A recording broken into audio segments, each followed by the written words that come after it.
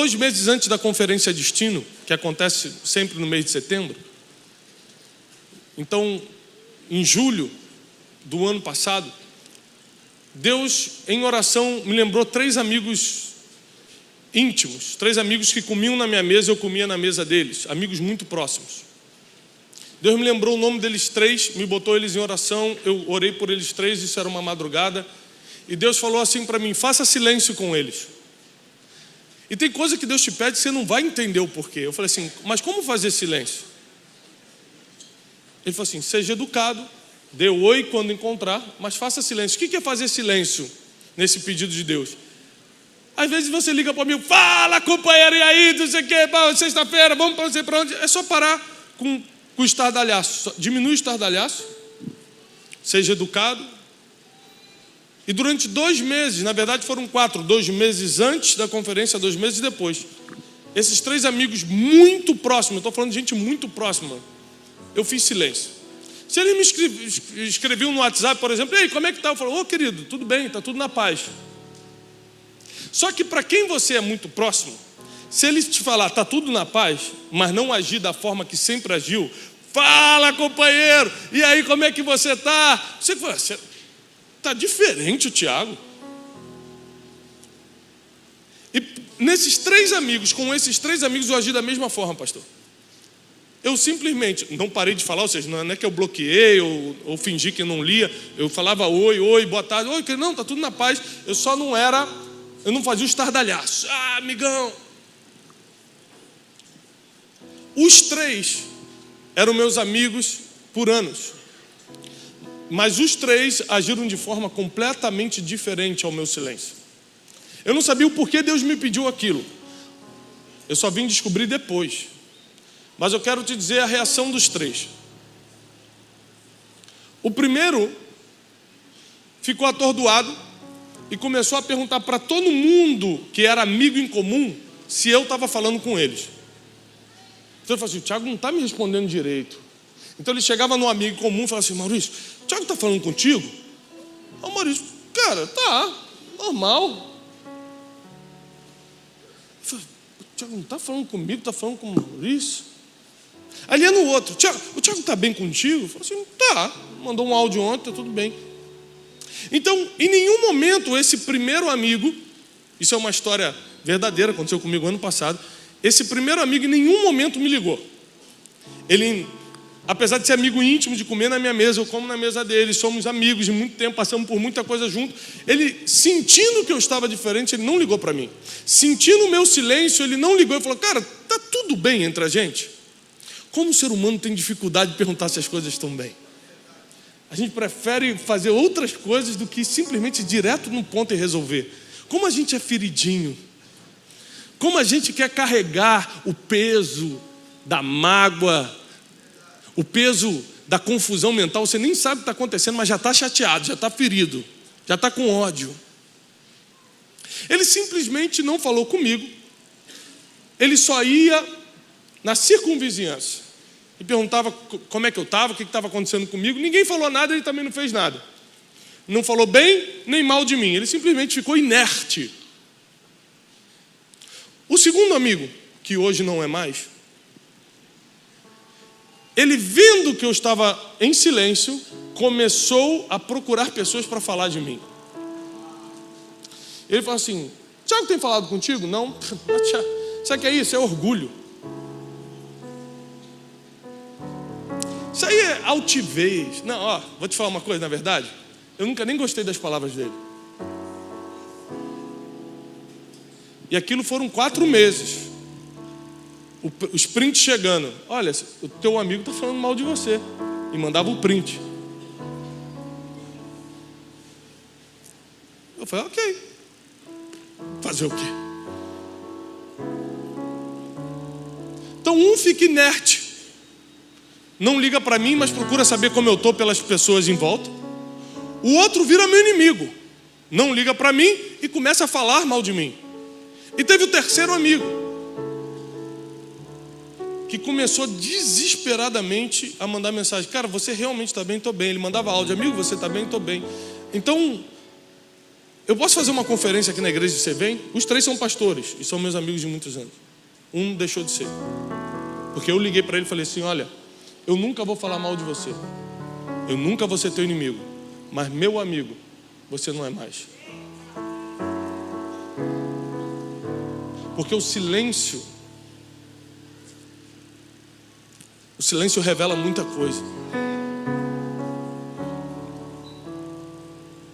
O terceiro amigo começou a me ligar e falou assim, cara, por favor, vamos jantar junto? Eu falei, eu não posso, eu estou cheio de coisa para fazer, a conferência está aí. Então prega aqui na igreja. Eu falei, olha, não dá agora, depois da conferência. Então vamos orar junto agora? Vamos, ora aí. Eu começava a orar, Senhor, abençoa o Tiago e tal. 3 amigos que tinham a mesma oportunidade de sentar à mesa. 3 reações totalmente diferentes diante do silêncio.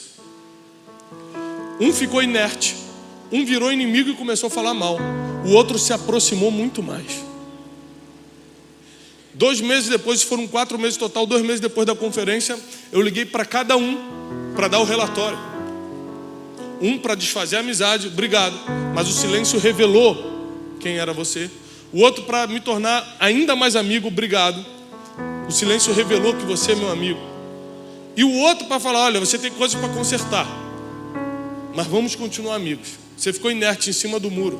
Você podia ter me ligado. Porque tem gente que precisa só de uma instrução para melhorar. Tem gente que não dá para continuar junto. Você precisa aprender isso.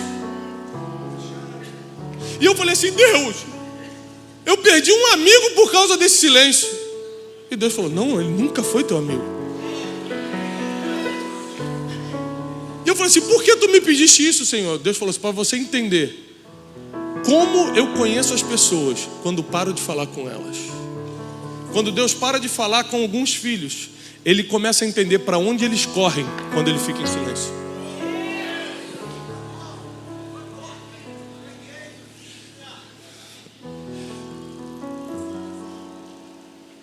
Uma vez Janine ficou 1 semana falando mais ou menos comigo. Janine, fica em pé, meu amor, está grávida do nosso 4º filho.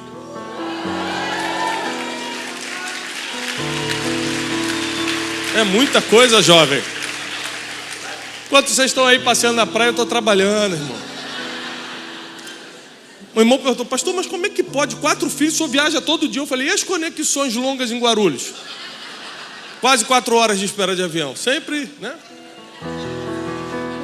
Eu vou segurar uma que vem aqui para você, mas Deus não deixou. Aquelas conexões de 10 minutos em Congonha. Escute. Estamos indo para o 4º filho. E a Janine é o seguinte. A Janine é muito sensível, muito perceptível. Como a maioria das mulheres, né? A mulher tem esse negócio do 6º sentido. Ela percebe. Se você entrar em casa, ela nem te viu. Pelo jeito que você veio andando. O que aconteceu? Que isso, Senhor? Jesus, Maria, José. Como é que pode essa mulher?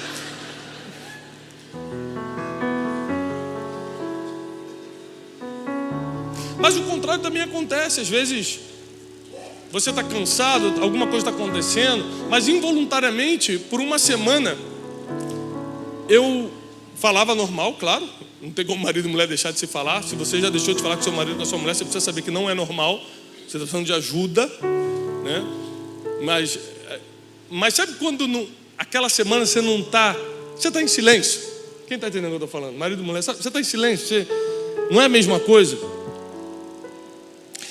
Ela talvez não tenha percebido, mas ela começou a fazer coisas que antes ela não fazia. Ela falou assim, eu vou cozinhar hoje. Dispensou a menina cozinhando, desde que hoje eu cozinho para o Tiago. Ela começou a agir durante a semana para tentar entender por que eu estava em silêncio. Porque a primeira coisa que o silêncio mexe com o ser humano é na autoanálise. Por que isso está acontecendo? Porque o pastor Felipe é a 2ª vez que ele não responde meu WhatsApp. O que eu fiz? Aí você começa a pensar toda a tua vida. Quando eu tinha 3 aninhos, eu subi no negócio. Então... O silêncio faz você se autoanalisar. Anote isso, por favor. Então, quando alguém te dá um gelo, não necessariamente ele está se vingando. Às vezes ele só está fazendo você se autoanalisar. Não necessariamente ele está te desprezando. Às vezes ele está fazendo você encontrar a verdade em si mesmo. Porque você está ali, por que isso está acontecendo? Aí passa o tempo e você, lembrei. Eu prometi que ia pagar dia 20 e não paguei. Que quem está devendo sempre esquece, mas quem está esperando pagamento não esquece. Você começa a lembrar de coisas que você pode ter feito e estejam gerando aquele silêncio. Quando Deus para e não te responde, quando Deus para de falar por um tempo, quando Deus fica em silêncio, provavelmente a primeira coisa que Ele está provocando em você é a autoanálise. O que eu fiz? O que eu estou fazendo?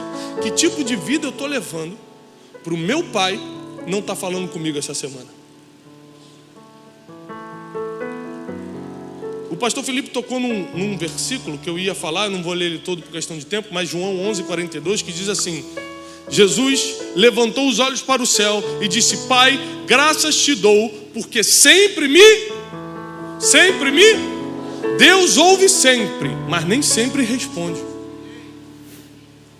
Te ouvir, Ele está ouvindo sempre, mas te ouvir não quer dizer que Ele vai responder. Igual você mandar mensagem no WhatsApp para alguém, aparece o tique azul de visualizar, mas quem disse que a pessoa vai te responder? É o que dá mais raiva. É quando você sabe que visualizou e não respondeu. Tá bandido, né? Viu a mensagem.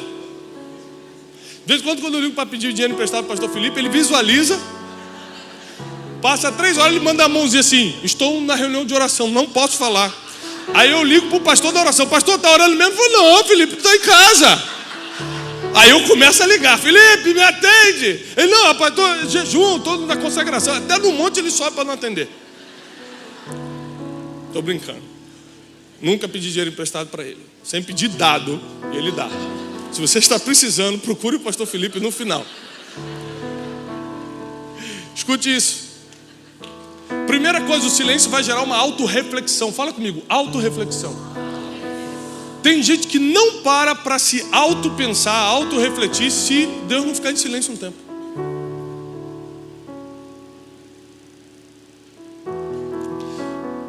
E eu, porque estou todo dia no altar, porque Deus tem me confiado projetos muito grandes, eu preciso que Deus fale comigo. Mas no mês de dezembro e no mês de janeiro, Deus não falou comigo. Eu parava lá em casa, começava a orar, Deus não falava nada. Eu pegava a Bíblia, lia, Deus não tocava em nada no meu coração. Eu comecei a ficar aflito. Falei: Senhor, o que está acontecendo? A primeira coisa que eu fiz: Senhor, onde eu pequei? O que eu errei? O que eu estou fazendo? Primeira coisa, eu comecei a tentar achar o motivo pelo qual Deus poderia estar fazendo silêncio comigo. Falei assim: mas o que pode ser? E eu continuava: Senhor, por favor. E eu lembro que às vezes eu me trancava no quarto e falava assim: Deus, tudo menos silêncio. Se eu fiz algo que você quer me castigar, porque a gente é autopunitivo, a gente acha que Deus está doido para castigar a gente, né? Então a gente já pede castigo. Se é castigo, manda. Deus não. Eu só quero ficar um tempo sem falar. Senhor, mas eu já pensei em tudo. 2 meses. E Deus não falou absolutamente nada comigo. Eu moro fora do país, cheio de decisão para tomar. Vinha para o Brasil agora no carnaval ou não vinha? Pregava ou não pregava? Tinha o contrato para assinar do novo livro com a maior editora, o maior grupo editorial do mundo. Várias coisas importantíssimas acontecendo. E aí eu ajoelhava: Deus, o que eu faço? Assino ou não assino? Vou ou não vou? Pego o avião ou não pego? E Deus não falava nada. Foi Deus. Eu comecei a ficar desesperado e comecei a: Deus, por favor, não me abandone. Deus, não sei o que está acontecendo, mas fala comigo, me dá só um sinal, Senhor. Se aquela nuvem mudar de lugar, você começa a ficar místico. Se aquela nuvem mudar de lugar, eu vou entender que você está me ouvindo. Manda só um sinalzinho, um dedinho movendo. E Deus não falou nada. 2 meses. O desespero estava absurdo. Já falei: Senhor, eu preciso da tua voz. E eu comecei a ler mais, eu comecei a me trancar mais no quarto. Eu comecei: Deus, fala comigo, Senhor, o que está acontecendo? Irmão, comecei a escutar pregação no YouTube, coisa que eu não fazia. Só do pastor Felipe Valadão assisti umas 10 mensagens. Foi aí que eu percebi que ele copiava as minhas, eu nunca tinha percebido.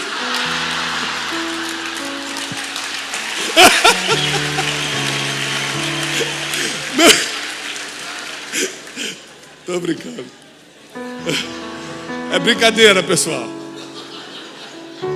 E aí eu comecei, falei: será que eu não estou escutando Aí, gente, você começa a fazer de tudo. Você não sabe onde está errando. Você fala, vou ampliar o leque, vou assistir outras pessoas. Comecei a dar esmola na rua. Nunca tinha dado esmola na rua. Vi um menino e falei, gente, pelo amor de Deus, toma aqui. Deus te abençoe, dá um abraço. Dava abraço. Eu não sabia o que estava acontecendo. Mas eu queria que Deus voltasse a falar comigo. 2 meses depois, eu estou sentado num lago que tem atrás de casa.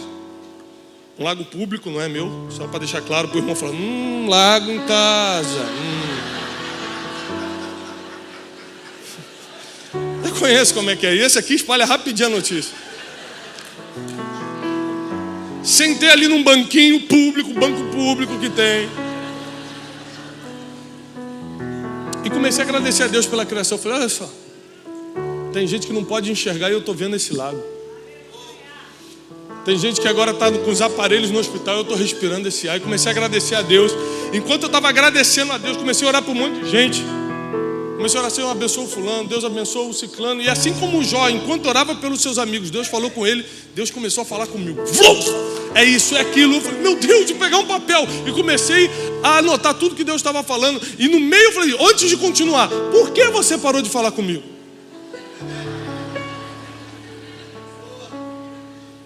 E Deus falou assim, eu só queria saber para onde você ia correr nesse período. Só queria saber o que você ia fazer. Porque tem gente que quando para de falar com o outro, começa a trair, começa a dar as costas, quer saber então segue tua vida. Ah, não vai falar comigo não.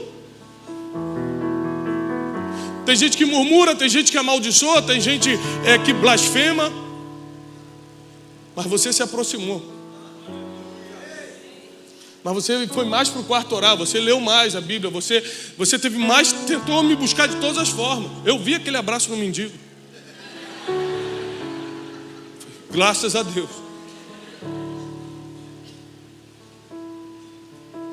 E foi aí que eu descobri que o silêncio é uma das maiores armas divinas para te preparar para o próximo nível. O silêncio de Deus não é um castigo, é uma preparação para a próxima fase. Jesus estava na cruz. No pior momento da vida dele, com cravos nas mãos e nos pés. Ele tinha obedecido em tudo. Ele fez tudo certo. No momento que ele mais precisou, que ele gritou, Eli, Eli, lama sabachthani, Senhor, Senhor, por que você me desamparou? Eu fiz tudo certo. Eu resisti à tentação de 40 dias no deserto. Eu treinei aqueles 12 homens. Tudo que você me pediu, eu fiz. Eu fui fiel até a cruz. Eu estou na cruz. Cadê você? Porque eu não escuto a sua voz. E Jesus morreu sem escutar a voz de Deus. Jesus na cruz, falando em aramaico. Por que você está me desamparando? Na língua que eles se entendiam. Por que você está fazendo isso? Deus ainda assim não se comoveu. Falou, calma filho, vai tudo melhorar. Não falou nada, ficou em silêncio. Porque o silêncio é a última etapa antes do maior cumprimento da tua vida, do maior propósito da tua vida, antes da grande realização da tua vida. Foi a morte e a ressurreição de Cristo que fez com que hoje tivéssemos vida. Existem coisas que Deus vai fazer silêncio contigo só para saber o que você vai decidir com o teu livre-arbítrio. Deus não é técnico de futebol para ficar, vai lá, vai, você consegue, vai. A gente confunde Deus, a gente reduz Deus. A gente tenta botar Deus dentro da nossa caixinha. Deus está muito fora da caixinha. Ele está muito fora do nosso padrão humano de pensamento. Ele faz do jeito dele, na hora dele, na forma dele, do jeito que ele quiser. A única coisa que a gente pode fazer é alinhar a nossa vida com um projeto, com um plano, com a vontade absoluta dele. E Jesus na cruz deu o último suspiro. A vida foi entregue. Ninguém tomou a vida de Jesus. A Bíblia diz, ninguém pode tomar a minha vida. Eu mesmo a entrego. E aquele que tem o poder de entregar também pode reavê-la. Jesus entrega a sua vida sem escutar a voz do Pai naquela cruz.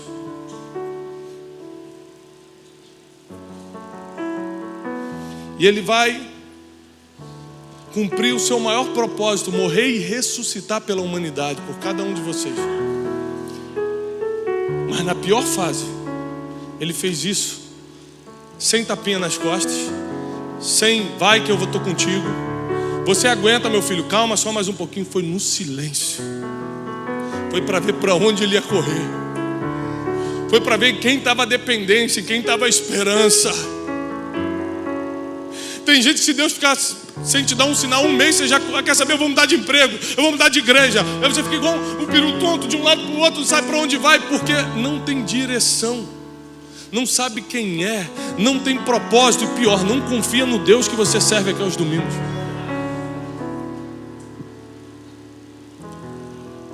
Se meus amigos agiram de forma diferente, 3 amigos, com o meu silêncio, que não vale muito para muita gente, mas para aqueles amigos valia. Imagina quantos filhos de Deus estão agindo, dando as costas para Deus, fugindo de Deus, falando mal de Deus. A um passo de viver a promessa. Falta um passo para ele cumprir o propósito dele na terra. Ele começa a falar mal de Deus, porque Deus fez o silêncio necessário para saber quem é Ele, para revelar quem é essa pessoa.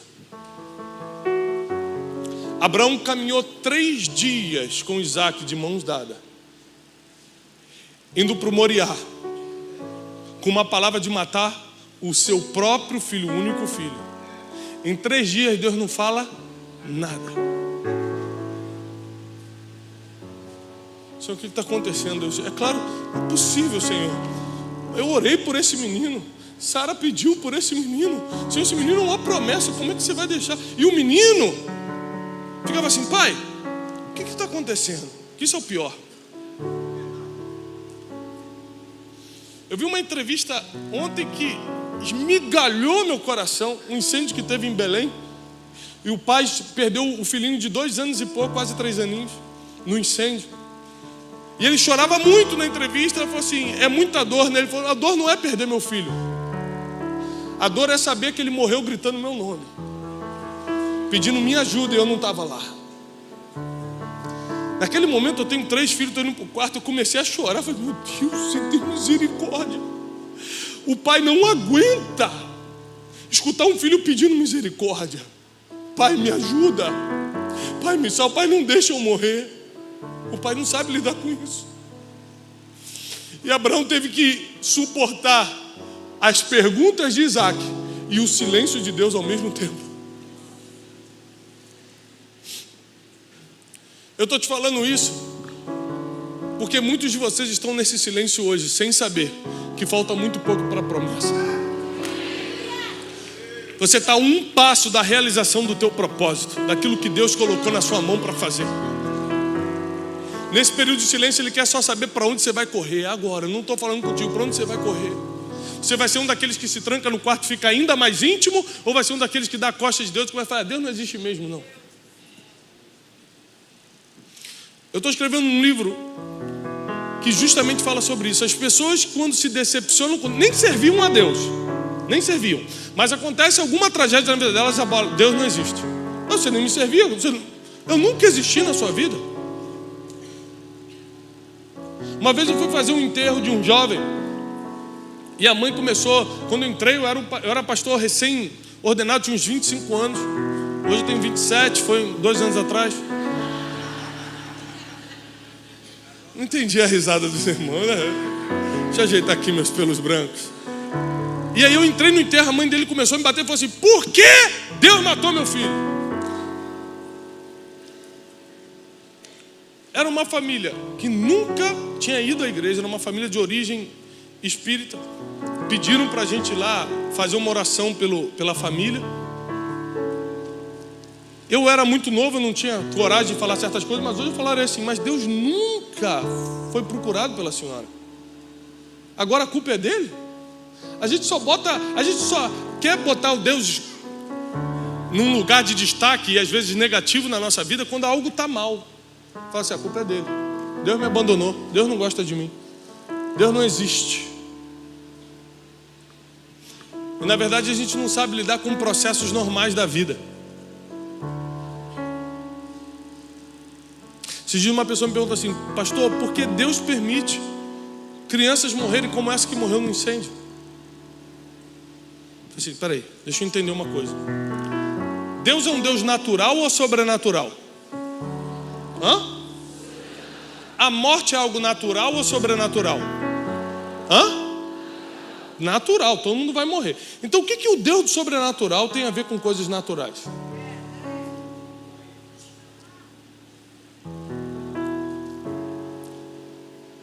Existem coisas que simplesmente são naturais da vida. Um senhor de 90 anos pode morrer, uma criança também pode morrer.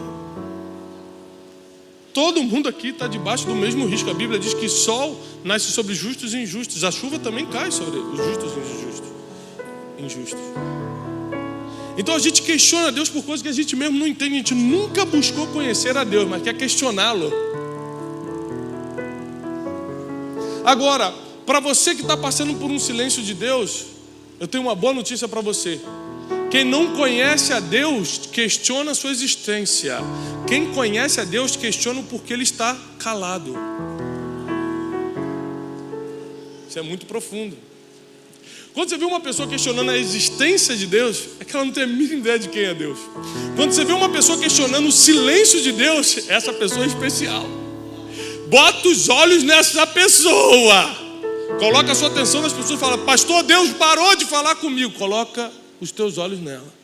Porque quando Deus voltar a falar, já vai ser para colocar num outro nível. Já vai ser para colocar numa outra fase. O que você está passando não é um castigo de Deus, é a preparação para onde Ele quer te levar nos próximos dias. Tem pessoas aqui que não têm a mínima ideia, porque nem olhos viram, nem ouvidos ouviram, nem jamais penetrou no coração do ser humano o que Deus tem preparado para aqueles que o amam.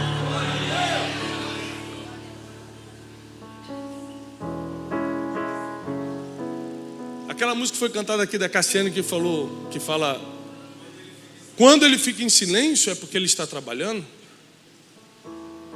É uma verdade. Em silêncio você fica mais concentrado. Você já viu o ourives trabalhando uma joia? Não dá para ficar batendo papo e trabalhando nos detalhes.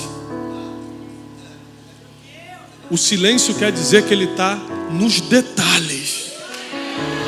O silêncio quer dizer que ele está preparando os detalhes.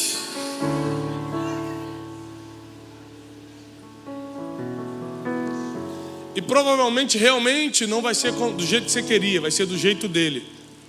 Mas o jeito dele, a vontade dele é boa, perfeita e agradável. Se a sua vida ainda não está boa, perfeita e agradável, ainda não está, porque você ainda não está no centro da vontade de Deus. Porque a vontade dele é boa, perfeita e agradável. Perfeito não é ter o que o outro tem. Perfeito é estar contente com o que ele te deu.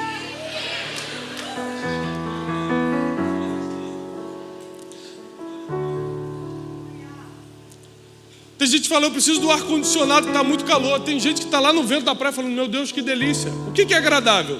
Não tem uma regra para o agradável. Por isso, pare de comparar o que Deus está fazendo na vida do outro, porque o que para o outro não serve para você. Não serve para você. A vontade dele para você é boa, perfeita e agradável. Por último, eu encerro aqui. O silêncio revela o seu nível emocional.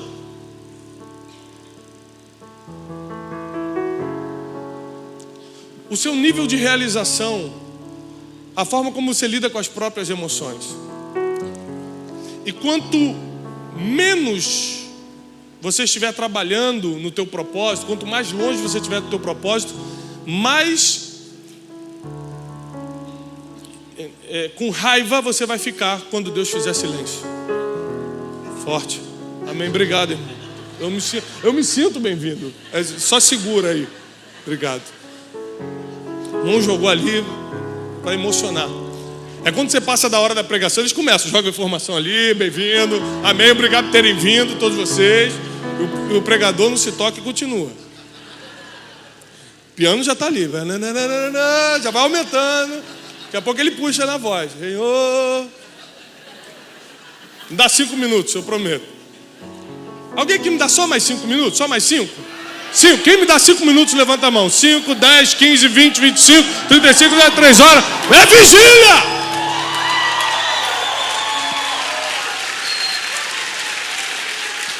Amém.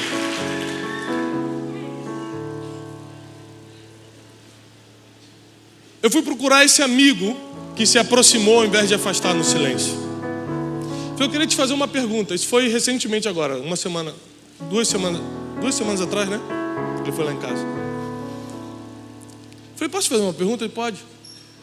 Porque nos 4 meses, a gente é amigo íntimo, nos 4 meses que eu fiz silêncio contigo, você se aproximou. Foi o primeiro que eu te amo muito. Meu irmão fez uma gracinha ali. O pessoal é engraçadinho, né? Botar ali perdão, pastor Tiago. Foi emoção de te ouvir, o cara escreveu ali. Tá perdoado, irmão. No final, vamos conversar ali, por favor, na salinha. Equipe de libertação me acompanhe no final. Com certeza você não está sozinho, não. Isso aí está acompanhado. Isso aí é aquele que é só com jejum e oração. A casta é só com jejum e oração. Ele falou, primeiro que eu te amo. Eu não ia conseguir lidar com essa ausência a troco de nada. Se Deus tivesse me falado para me afastar, é uma coisa. Agora, a troco de nada eu perder um amigo, não dá. A amizade hoje é coisa difícil, gente. Eu tenho poucos amigos.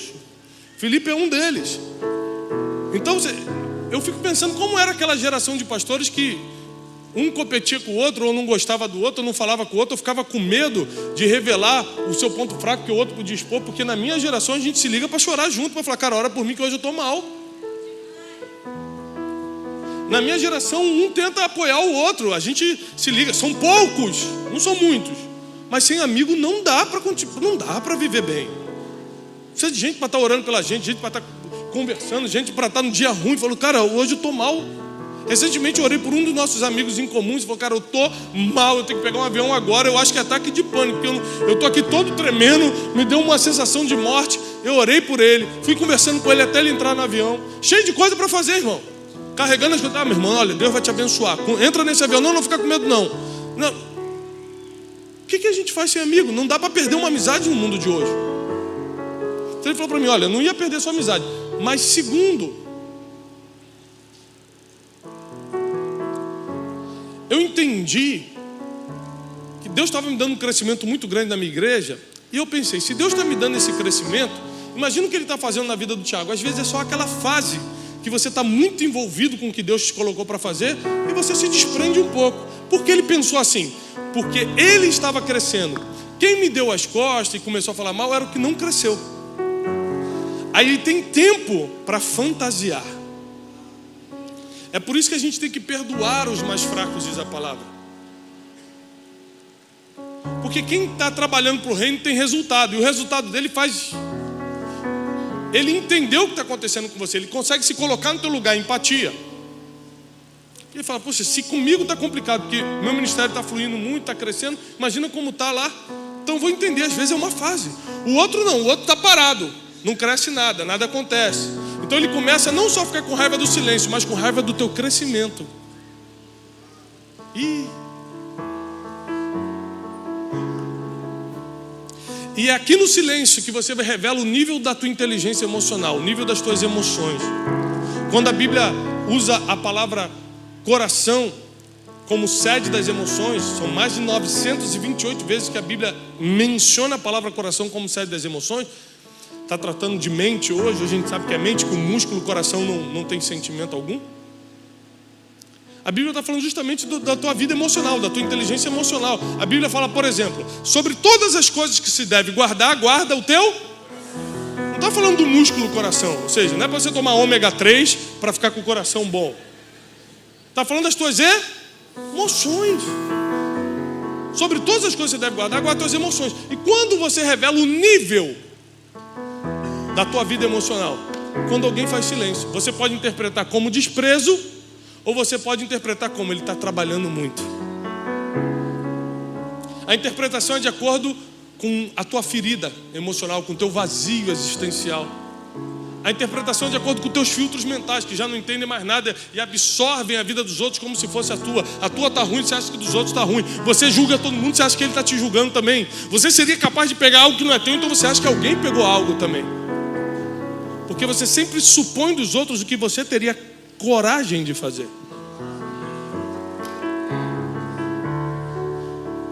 O silêncio então te leva à autorreflexão. O silêncio revela para onde você vai correr. E o silêncio revela o nível da tua inteligência emocional. Por isso eu reforço, o silêncio de Deus não é um castigo, é um teste para o próximo nível. Às vezes o silêncio de Deus vai fazer com que você mude a roda de amigos, porque a roda que você está foi legal até aqui. Para o próximo nível tem que ser outro tipo de amigo. Às vezes o silêncio de Deus vai fazer você mudar a sua perspectiva de futuro. Você achava que o que você está fazendo estava ótimo, mas o silêncio de Deus revelou que tem mais pela frente. Você precisa se preparar mais, estudar mais, ler mais, andar com pessoas que vão te levar para esse mais de Deus. A Bíblia diz: ande como sábio e se tornarás sábio. Então tem gente que quer sabedoria e está andando com gente que não sabe nada. Que incoerência. Mas Deus está chamando um povo nessa noite que vai saber lidar com o silêncio das pessoas, porque nem todo mundo que está fazendo silêncio contigo hoje te quer mal. Inclusive você tem que lembrar que elas têm a vida delas para viver também, que você não é o centro da atenção da vida delas.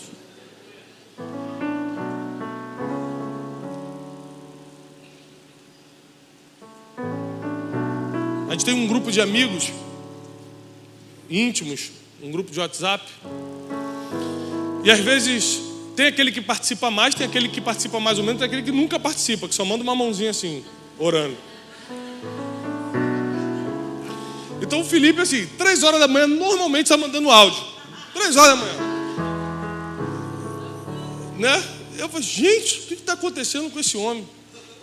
7 horas ele manda o primeiro. Eu falei, gente, dormiu 4 horas só. Mandou um de 3, mandou um de 7. Então se o Felipe, por exemplo, ficar um dia sem falar, tem algo de errado, você tem que ir nele. O que está acontecendo? Tem gente que fala menos, e você já sabe que é normal ele ficar 2 dias sem falar, 3 dias sem falar no grupo. Mas nós também temos que supor que se um dia o Felipe, que adora falar, não falar no grupo, não quer dizer que ele está mal comigo ou com alguém do grupo. Pode ser que ele esteja muito envolvido na obra aqui da igreja. Então não crie fantasias por causa das tuas doenças emocionais. Não fantasie coisas, não ganhe inimigos que não existem. Tem gente que está cheio de inimigos que nenhum é real, nenhum. Ela conseguiu inventar todos. Aquela irmã ali não gosta de mim, ó, como é que me olha, ó. Aí o cara fala, mas ela não está nem te olhando. Fala, tá, você não viu aquele olhar de cobra que ela tem?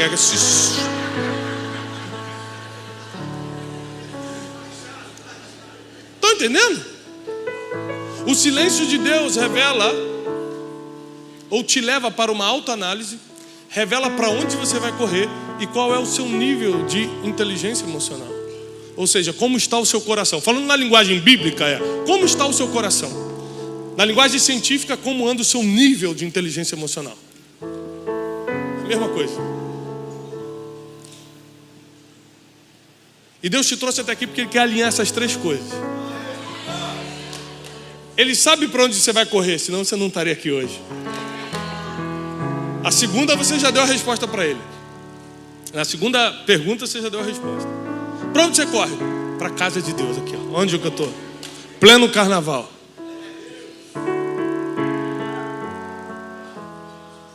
Enquanto nós estávamos ministrando a palavra, muitos já estavam se autoanalisando. Deus, é verdade. E aquela coisa, isso, a autoanálise. E terceiro agora, o nível do seu coração. Como anda o seu coração, como está a tua inteligência emocional. Nessas 3 coisas Deus vai trabalhar para te passar para o próximo nível. Lembre-se que Jesus morre no silêncio de Deus. E por 3 dias nada acontece. Ele cumpriu o maior propósito dele, morrer na cruz, e ainda assim teve mais 3 dias de silêncio. O tempo é de Deus, não é no teu tempo. Então a gente fala, eu fiz tudo certo aqui, ó. Acabei de fazer o que Deus mandou. Cadê? Com Jesus, Deus ficou ainda mais 3 dias. Mas quando chamou ele da morte para a vida. Mas quando chamou, foi para esvaziar a tumba. Foi para dar a destra do Pai para ele. Quando chamou, foi para fazê-lo sacerdote para sempre, segundo a ordem de Melquisedeque, sobre as nações da terra. Quando chamou, foi para transformá-lo no nosso Senhor e Salvador. O teu maior propósito está depois do silêncio de Deus. Fica de pé, eu preciso orar por você.